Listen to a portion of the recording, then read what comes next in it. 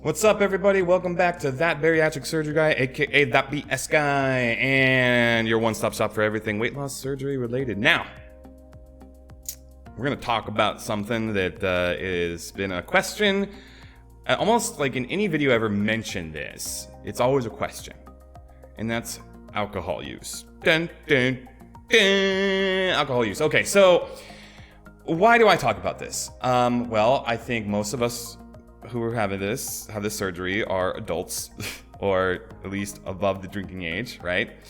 And drinking probably was part of our lifestyle that led to us being overweight. Just going on a limb there. Am I wrong? Am I wrong? I'm not wrong. Just saying.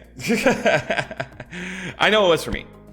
And so because of this, there's always a lot of questions in regard to what is alcohol use good for you, or can it be done? Can you drink after it? Now, for those of you who haven't watched my alcohol tolerance testing video, I will post it up here. So, and I think I'll put it as one of the end cards, or maybe, I don't know. But feel free to watch that. I did that test with my friend Kay about 8 to 9 weeks after surgery. And mind you, that was still a little early in the process. Probably should have done that, but I really wanted to kind of test it because I didn't want to be put into a situation, because a lot of my friends were, wanting me to go out and be social, and I didn't want to put myself in a situation where I'd be sick or make myself, too drunk to function and things like that if I didn't understand how my body was going to react to it. Now, with that being said, even since that video, my body has progressively changed the way it reacts to alcohol. But I will get there in a second. So, the simple answer is, I'm not a doctor. Please make sure that you consult with your physician if this is a bigger concern to you. I'm just telling you my experiences and what I think. Okay, so take it with a grain of salt. But what I'm telling you is that alcohol does affect me differently. Okay, now, for those of you who are turning in to this, I had the duodenal switch surgery, which is one of the most invasive surgeries. So the way it might affect someone with just the sleeve versus someone who doesn't have any intestinal changes could be different, right? And probably is different. But I'm going to talk about the most extreme, so therefore you can kind of have the idea of like, this is probably the worst it's going to get. And I'm going to talk about the reality of it, the nitty-gritty reality of it, okay? So, where do I get in? Okay, so first of all, the things I've changed since I had surgery. So beer, have I drank beer since surgery? I have, but it's been few and far between, only when it's the only alcoholic choice. So when I was in Mexico, for example, there really wasn't a lot of choices besides drinking either mezcal, tequila straight, or with basic mixers, which gets you really drunk really fast, or to drink beer. So oftentimes what I would do is I would just open a beer and just sip on it. And it did not sit well with me, maybe because it's got a lot of carbs in it. B, it's got a lot of carbonation, which irritated my stomach. But it just didn't really sit well. Could I drink a couple beers over the course of a couple hours? Yeah, I could. Did it really do much long-term anything to me? No. But it wasn't as comfortable. It didn't sit with me as well as like a nice cocktail or even wine, okay? A couple things to remember. Alcohol in general is not good for us. So if you decide to drink, that's at your own risk. That is something that is there. It also contains typically sugar and carbs that are not also recommended for your post-bariatric surgery diet. So there's my little warning there. But what I have done for myself is I've kind of stuck to 2 to 3 different types of mixed beverages, and then wine, red wine to be exact. Doesn't really matter which red wine, in my opinion, as long as it's not like a sweet red that has a lot of sugar in it. But I would say that, I can drink 1 bottle over the course of several hours and be done, like done. If I try and do any more, I'm going to be having a close up with the toilet that night. I'm not going to lie. Okay. Number 2, any of the mixed drinks that I drink, I always do whatever the alcohol is with the cup with ice, and then whatever the mixer is, I do half non-fizzy water. So like just regular H2O water, and then whatever the mixer's in, to dilute everything that's in there. To dilute the sugar, to kind of help, mix out the alcohol piece a little bit. And it seems to allow me to drink a little bit more normalized, at least in comparison of pacing to some of my friends, rather than drinking one drink and then just being, what's up guys, let's do this, like getting there. And so you kind of have to watch it, just be careful. The way your body absorbs alcohol is going to change in a couple different ways. First of all, if you've had any layout changes as far as your internal structure, that's going to impact it. And I'm not going to go into detail on the why. There's a lot of channels out there. There's a doctor guy that talks about alcohol and how it affects people after bariatric surgery and why it does what it does. I'm not going to go into the medical jargon and stuff about it. What I will tell you is that in my opinion, just from what I've observed with myself, it changes because of the internal structure. So like I absorb it a lot faster. It hits me a lot faster. And then number two, the smaller I get, the more weight that I drop, the more effective that stuff becomes. And that's something you don't really realize it, because you don't look at yourself in the mirror and go, oh yeah, I've lost, I'm so much smaller. Like you don't see it because you see yourself every day. So, be mindful that that the smaller you get, the harder it's going to hit you. Okay? And regardless of how big you still are, comparatively, if you're drinking the same amount of alcohol as you did before you got bariatric surgery, that stuff is going to mess you up. Okay? Now, does the actual, like at least for me, when you're actually drinking, does it really, if you pace yourself out and you're drinking water in between and things like that, is it really that bad? No. But I'm gonna tell you right now, if I have one drink, just even one, I cannot drive. Will not drive. And I suggest you do not do the same. I suggest that you do not drive. Do not drive. That's what I'm saying. It just, man, I'm telling you right now, you become fuzzy. You just fuzzier all the way across. And you may not even realize it. And honestly, things catch up to you really fast. So if you have that one drink and it's been 30 minutes and you're like, I feel fine. Just wait. It's going to hit you still. There's still more. So I would say that if you haven't had the surgery yet, or if you haven't started drinking again, put that money to the side and save it for your Uber and Lyft rides when the bars are back open after this pandemic. Okay? Like, just save it, because you're gonna need it. You're gonna use it. Be safe. A $20 Uber ride is better than thousands of dollars after a DUI or worse. Okay? God forbid. Just don't do it, man. Don't even take that chance. It's dumb if you do. It's just straight up dumb. Okay.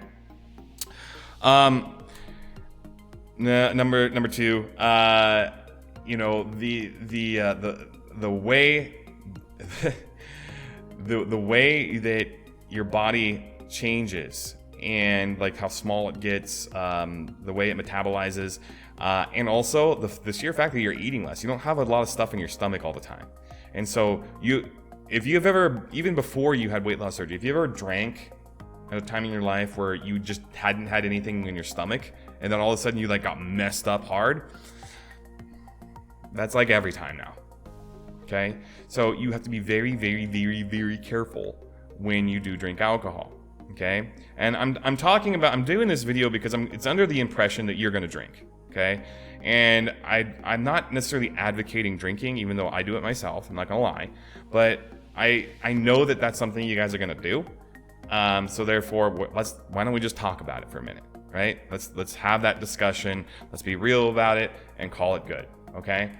Lastly, and surely not least, I have found that the day after, your hangovers, okay? Now, if you're in your early 20s, mid-20s, this probably won't even be an issue to you, but it will be. It will be, okay? So just know that for anybody who's above the age of 30, this is for you. Depending on the surgery, you could result in some constipation issues the following day. I don't know why. I don't know how that happens. Maybe because it's dehydration, all of that fun stuff. I think it's probably more along the lines of dehydration. But I found that is a typical problem after a heavier night of drinking. And so, you might want to plan accordingly to alleviate that. Okay, I'm not going to tell you exactly what you need to do that. That's different for everybody, but I have a method now that I do that seems to be okay. But at the same time, there's that. On top of that, there have been times where my body hasn't metabolized out the alcohol fast enough. Okay, probably because I drank on a low stomach, like nothing in my stomach, and so it really affected me, and it continued to affect me when I was asleep. And I've woken up still drunk, unintentionally so, but at least buzzed. And that's not a good thing. It's never a good thing. Why would you want to wake up like that? I got things to do. I got places to be, right? So, it takes a while to kind of figure out where your limit is, and because that target, it may be out here at first, right? But it's going to slowly start to come in and be a much more narrow road for you. So just be mindful that it's a constant battle. Just because you can drink 3 or 4 drinks now does not mean that you can do that in a month or 2. Okay? If you've had your surgery 2 years ago and that's where you're kind of sitting at, then you can find your guiding line there. But if you're only like 6-7 months after surgery, your tolerance level is going to continue to change. So just be mindful of that. Okay? And then the very last thing I'll say is be mindful who you drink around. Okay? Because things might affect you more, things might affect you to the point of where you're being a little bit irrational or not as aware of your surroundings. You want to be around people that are A, either going to take care of you, or B, trust you, or C, at the very least, not hold anything you do against you. So around friends, I would not recommend your first time drinking being out in public at a bar after bariatric surgery. Like, that is, in my opinion, the worst thing you can do. Okay? Test it at home with somebody else there, so that in case something does go wrong, you have someone that can help you. Okay? That's just my personal suggestion. You don't have to do anything I say. Once again, I'm not a medical professional. I'm not giving you medical advice, but I'm just saying, in terms of drinking alcohol, I would test it at home where you're going to be safe with people, or at least one friend that can be there if something goes wrong. Okay? Because you don't know how you're going to react. The worst thing you can do is go out to a bar, be either there by yourself or with a friend who's talking to whoever, like guys or girls or whatever, and you're sitting there and all of a sudden you start having the spins, or you're completely out of it, or you start feeling sick and nauseous. That you really want that to be your first experience back out in the world? No, I wouldn't at all. So test keep yourself in line, know your limits before you even venture out. And that is by far one of the best pieces of advice I can give you guys. It's going to keep you safe, in my opinion. And not to say that you're going to drink unsafe. I mean, I'm sure for the majority of you, you'll be fine. But at least in terms of how I would approach it and how I did approach it, baby steps. I know it's really exciting to get out there. I'm sure that we're all pretty repressed by being stuck inside for so long and not having things around us open, for those of us who've been kind of keeping ourselves inside for a long time. And we want to get out into that bar scene. But take your time, take your moment. And I would say, if you have not even been drinking for a while over this pandemic thing, and you plan on going out and perhaps partaking in a beverage or so, I would test it at home first too. Find out where your current tolerance level is before you do it. To me, that's the smartest thing. That way, you kind of know what to expect. And remember, one little thing I forgot to mention earlier. Just because you mix a drink a certain way at home, whether you're pouring heavy or not, depending on where you go, that bartender could either pour heavier or lighter. So I would really suggest spacing every drink out with a glass of water and letting that drink hit you before you move on to the next one, because you don't really know, unless they're using jiggers, that how much alcohol really was poured into that drink. Okay? Even when they pour wine, unless they have a stopper, you know, they could pour a little bit heavier than you think.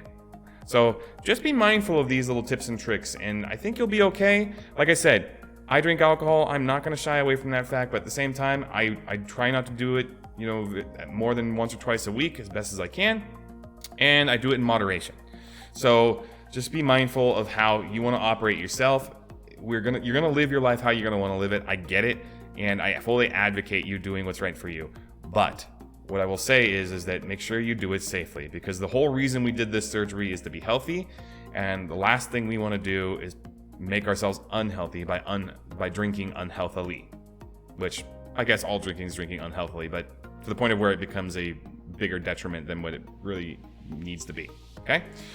Well, if you enjoyed this video, please feel free to give a like and hit that subscribe button down below. It really helps us out. We're trying to get up to 1,000 subscribers, and it can only be done with the help of you beautiful people out there. So once again, thank you so much for watching this video, and I will see you in the next one. Thank you. Have a good one. Bye-bye.